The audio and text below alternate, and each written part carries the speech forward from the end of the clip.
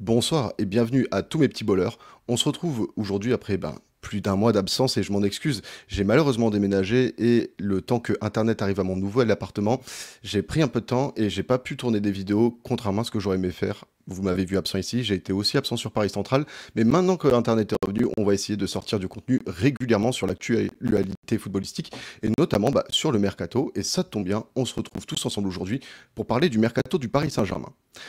Après l'échec de la piste Kvaratskhelia du côté de Napoli, en laquelle j'avais quand même placé beaucoup d'espoir, je ne vais pas le cacher, il est l'heure de voir apparaître des plans B, C, voire D au niveau des ailes, au niveau de l'attaque.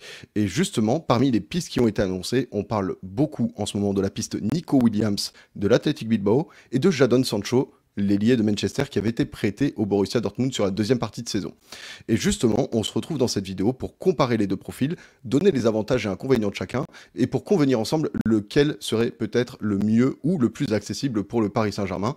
Mais avant de démarrer cette vidéo, comme ça fait longtemps que j'en ai pas fait, si vous pouvez mettre un petit like pour aider au référencement et au développement de la chaîne, et à vous abonner si vous êtes nouveau, ce serait super et ça m'aiderait à redévelopper la chaîne. Et maintenant, justement, on va se pencher sur le premier joueur. Le premier joueur, c'est celui on va dire qui était le plus près sur l'affiche, Nico Williams de l'Athletic Bilbao, le jeune ailier espagnol qui vient de gagner l'Euro avec la sélection espagnole, qui est un profil très intéressant puisqu'il peut aussi bien jouer à gauche qu'il peut jouer à droite. Il a été performant des deux côtés, même si actuellement il montre son plein potentiel du côté gauche. Il est capable d'être polyvalent. Et pour ça, justement, c'est le type de joueur que Lucho va apprécier parce que comme on le voit depuis plus d'un an, le PSG essaye de recruter un maximum de joueurs qui sont capables d'évoluer à plusieurs postes. Et justement, parmi les autres avantages, on sait que Nico Williams, il est déjà prêt, il pourrait être titulaire et il pourrait même être un joueur qui amène quelque chose de supplémentaire au PSG. En revanche, est-ce que son arrivée apporterait que des avantages au PSG? Bonne question. Il faut savoir qu'actuellement, Bradley Barcola et Ousmane Dembélé sont performants du côté du PSG à ce poste-là, et ils concurrenceraient les deux postes en même temps. En sachant que Ousmane Dembélé a un potentiel de blessure assez élevé, ça pourrait être une bonne idée. Mais cela replacerait-il Barcola dans l'axe parce qu'on sait que Bradley Barcola, selon ses formateurs eux-mêmes, est amené à jouer numéro 9 à un moment de sa carrière. Peut-être que le recrutement de Nico Williams pencherait vers cette hypothèse et permettrait du coup d'avoir une concurrence entre Ramos et Barcola à ce poste.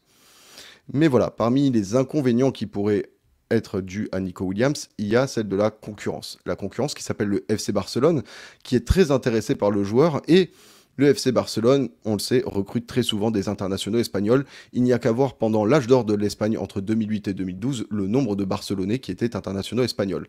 Et forcément, quand on voit cette sélection espagnole à l'Euro 2024, composée de Pedri, de Gavi, composée aussi de Yamal, on se dit qu'il y aurait un certain intérêt à faire venir un joueur comme Nico Williams du côté du FC Barcelone. Quel club privilégiera-t-il? C'est une bonne question, en sachant qu'il a une clause, ce qui va fixer son prix naturellement. Il suffit de payer sa clause et d'être en accord avec le joueur et son salaire pour pouvoir se le payer. Mais la concurrence du FC Barcelone est quand même redoutable sur le dossier, on ne doit pas se mentir, et il existe une possibilité que le joueur choisisse de rester tout simplement dans son championnat, parce que il n'aurait pas de contrainte, il resterait dans son championnat, il parle déjà espagnol, c'est son championnat, il ne quitterait pas le championnat pour rejoindre un club de grande envergure, comme avec le Paris Saint-Germain, mais cette fois il n'aurait pas quitté son championnat et aurait beaucoup moins de barrières d'intégration. Concernant Jadon Sancho, on parle d'un jeune ailier anglais à très fort potentiel qui, lorsqu'il était au Borussia Dortmund, a prouvé qu'il était rare et qu'il était rare parmi les Anglais, mais qu'il en faisait partie de ces rares Anglais qui sont capables de s'exporter et de réussir hors du championnat d'Angleterre. Jadon Sancho était une vraie promesse quand il était du côté du Borussia Dortmund. Personnellement, je le voulais pour succéder à Angel Di Maria à l'époque. Mais voilà, depuis son transfert à Manchester United, Jadon Sancho a connu une vraie période de creux et n'a pas explosé à quel point auquel on l'attendait. Il faut le dire. Mais Jadon Sancho a fait un prix du côté du Borussia Dortmund lors de la deuxième partie de la saison et il a joué contre nous. Et pour ceux qui ont vu les confrontations et même les autres matchs de Jadon Sancho, il faut le dire, le joueur du côté du BVB est beaucoup plus épanoui que du côté de Manchester United. Est-ce que sous le Paris Saint-Germain, on pourrait en tirer le meilleur? C'est une bonne question. Il y a quand même des interrogations, mais il y a aussi des points positifs, notamment sa complémentarité évidente avec Achraf Hakimi qu'il avait déjà eu avec lors de son passage au Borussia Dortmund. Tu aurais l'occasion de réunir à nouveau ces deux joueurs.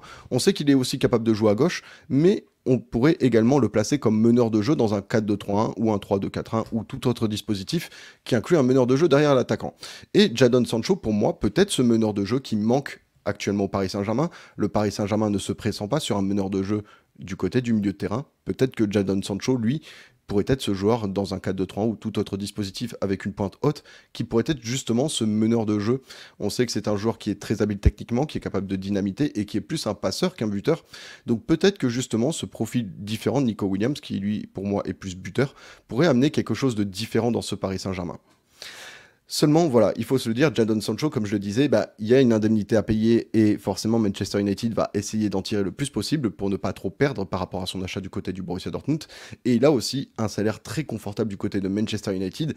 Accepterait-il un salaire plus raisonnable du côté du Paris Saint-Germain ou garderait-il les émoluments qui touchent déjà du côté de Manchester? Ce sont d'excellentes questions qui rendent le dossier compliqué, mais en tout cas, maintenant qu'on a posé les avantages et inconvénients, je préférais donner mon avis. En ce qui me concerne, idéalement, j'aurais aimé signer les deux, mais on sait que ce ne sera sûrement pas possible.